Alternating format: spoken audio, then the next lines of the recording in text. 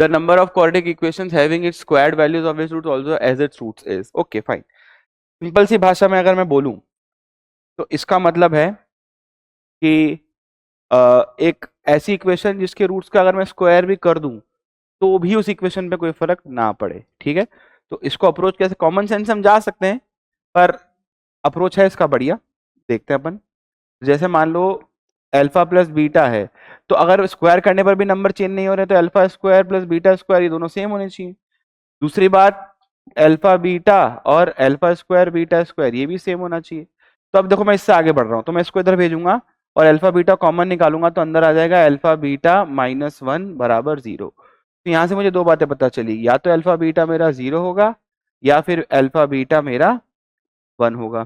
तो अब मैं अल्फा बीटा को जीरो लेके स्टार्ट करता हूँ। ठीक, तो पहला केस ले रहा हूँ मैं, अल्फा बीटा जीरो है, तो अल्फा बीटा जीरो का मतलब या तो अगर मैं अल्फा को जीरो कर दूं तो अल्फा जीरो करूंगा तो देखो बीटा जीरो या वन आ जाएगा।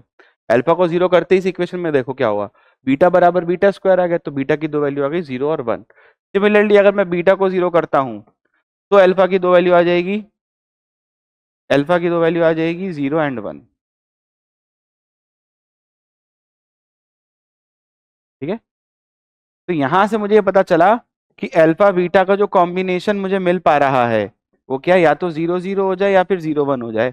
वन जीरो नहीं अलग से मैं काउंट करूंगा, कोई मतलब है नहीं उस चीज का वन जीरो को अलग से काउंट करने का, क्योंकि अल्फा और बीटा तो अपने आरा पास में कोई भी वैल्यूज ले सकते हैं, कोई दिक्कत है नहीं।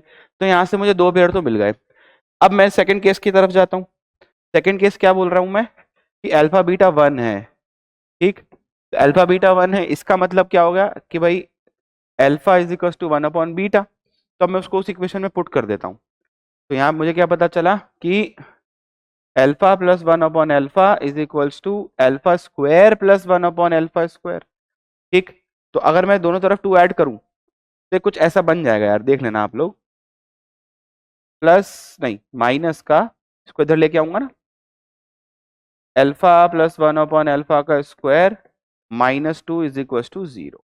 ठीक, क्योंकि प्लस टू करना पड़ेगा मुझे प्लस वाले का स्क्वायर बनाने के लिए, भाई मुझे प्लस का स्क्वायर बनाना है ना, तो मुझे एक प्लस टू और एक माइनस टू करना पड़ेगा। तो प्लस टू तो अंदर चला जाएगा, माइनस टू बच जाएगा। तो यहां से अगर मैं सॉल्व करूंगा तो फाइनली मेरे पास alpha plus one upon alpha की दो वैल्यूज निकल के आ जाएंगी, टू एंड माइनस वन। तो टू करने के लिए अल्फा की वैल्यू आ जाएगी वन, और माइनस वन करने के लिए ये एक कॉम्प्लेक्स इक्वेशन बन जाएगा, मतलब एक ऐसा इक्वेशन बन जाएगा जिसके कॉम्प्लेक्स रूट एग्जिस्ट कर रहे हैं, यहाँ से आ जाएगा ओमेगा। ठीक, तो फाइनली मुझे जो चार पेयर मिले वो कौन से मिल गए, एक तो जीरो जीरो, एक जीरो वन, एक वन वन, ठीक, और एक ओमेगा और ओमेगा स्क्वायर। तो फाइनली ये चार पेयर हमें मिल गए। ठीक है, और हमारा आंसर हो गया चार। ठीक, और वैसे कॉमन सेंस अगर मैं जाता तो यहाँ पे तो कभी भी उसने क्वेश्चन में बोला ही नहीं है कि मेरे को रियल रूट्स की ही बात करनी है। ठीक है ना, तो कॉमन सेंस से भी अगर मैं जाऊं, ऐसा नंबर जो खुद का स्क्वायर हो तो ऐसे कौन कौन से पेयर बन सकते हैं, तो जीरो वन, तो जीरो जीरो वन वन आ गया, और जीरो और वन का एक कॉम्बिनेशन आ गया, तीन तो ये हो गए। फिर अगर मैं रियल दुनिया के बाहर जाके कॉम्प्लेक्स में सोचूं तो ऐसे दो नंबर जो हमेशा एक दूसरे के स्क्वायर हैं, तो ओमेगा एंड ओमेगा स्क्वायर मुझे दिख रहा है फटाफट, और सॉल्व करके भी मुझे दिख ही रहा है। ठीक है, तो बेटर होगा कि हम सॉल्व करके ही बताएं बच्चे को।